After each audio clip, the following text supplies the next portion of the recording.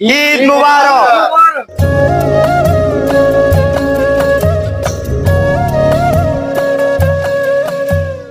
আসসালামু আলাইকুম প্রিয় হ্যাপি ফ্যামিলির আপনজনেরা, আজকে আমাদের ঈদের ব্লগটি প্রথম থেকে শেষ পর্যন্ত আপনাদের মাঝে তুলে ধরবো।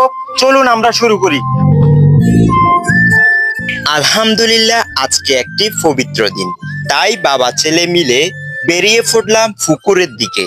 ঈদের দিনে পুকুরে গোসল করলে মন এবং শরীর দুটাই একদম হালকা অনুভব হয়।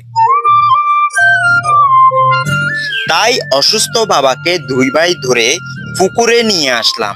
বাবাকে পুকুরে নামিয়ে গরম পানি দিয়ে সুন্দর করে গোসল করাতে লাগলাম।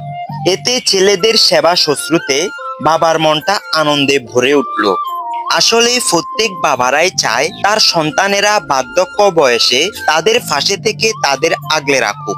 আমার বাবার খুবই ইচ্ছে করে পুকুরে গোসল করতে, কিন্তু অসুস্থ থাকার কারণে পুকুরে তেমন গোসল করা হয় না। তাই আমরা সন্তানেরা মাঝে মাঝে চেষ্টা করি বাবাকে একটু পুকুরে গোসল করানোর। আলহামদুলিল্লাহ, বাবার গোসল কমপ্লিট করার পর 2 ভাইয়ের দুষ্টুমিতে বাগিনা সহ পানিতে লাফ দিয়ে থাকি। পুকুরে আসলে শৈশবের কথা খুবই মনে পড়ে। কতই না পুকুরে এভাবে লাফ দিয়ে থাকতাম। শৈশবে ইচ্ছাকৃতভাবে পুকুরে গা ডুবিয়ে ঘন্টার পর ঘন্টা পানিতে সময় পার করতাম। তাই আমরা পুকুরে আসলে একটু দুষ্টুমি আর সাঁতার না কাটলে গোসলটা যেন পরিপূর্ণ হয় না। তারপর 2 ভাইয়ের দুষ্টুমির চলে গোসল কমপ্লিট করে ঘরে যাওয়ার পর ভাই সব হবরে খান দেরি হইয়া যায়, আতুন লাগে ঈদের নমাজ হলিও হালায়। ভাই সব হবরে খান। তারপর আনন্দের সহিত রেডি হওয়ার পর আমার বোন একটু সুগন্ধি আমাদের সবাইকে লাগিয়ে দিল। এরপর যাত্রাতে বের হওয়ার সময় বাবা মাকে সালাম করে বাবাকে নিয়ে আমাদের স্বপ্নের R150 তে উঠে আল্লাহর নামে রওনা দিলাম ঈদগাহের উদ্দেশ্যে। যেতে যেতে যখন দেখি ঈদের দিনে বিভিন্ন রকমের খেলনা বসা সেই ঐতিহ্যবাহী দোকানদাররা দোকান খুলে তেমন বসে নাই, এটি দেখে মনটা একটু খারাপ হয়ে গেল। আসলে দিন দিন এই পুরনো ঐতিহ্যগুলো হারিয়ে যাচ্ছে।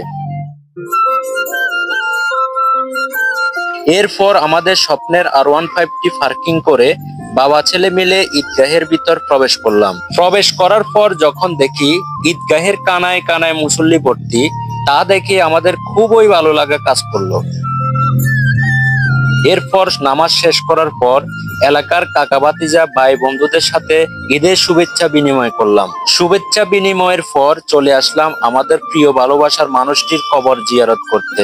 সেটি হচ্ছে আমাদের প্রাণপ্রিয় দাদু, যে আমাদের জন্য দিনরাত আদর স্নেহ মায়া মমতা দিয়ে আগলে রাখতো, যা আমরা এখনো ভুলতে পারি না। এরপর অন্যান্য সকল কবরবাসী আত্মীয়র জন্য মন খুলে দোয়া করে বাড়িতে চলে আসলাম।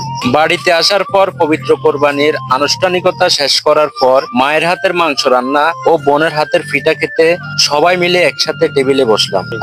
সবাই মিলে একসাথে খেতে বসার মজাটাই যেন অন্যরকম, দিনটা যেন পরিপূর্ণতা পেল। প্রিয় ভালোবাসার বন্ধুরা, আজকের ঈদের ব্লগটি আপনাদের কাছে কেমন লেগেছে অবশ্যই কমেন্টে জানাবেন। ভালো লাগলে শেয়ার করবেন। এমন ভিডিও পেতে রমজান ভাই পেজটি ফলো দিয়ে পাশে থাকবেন। ধন্যবাদ।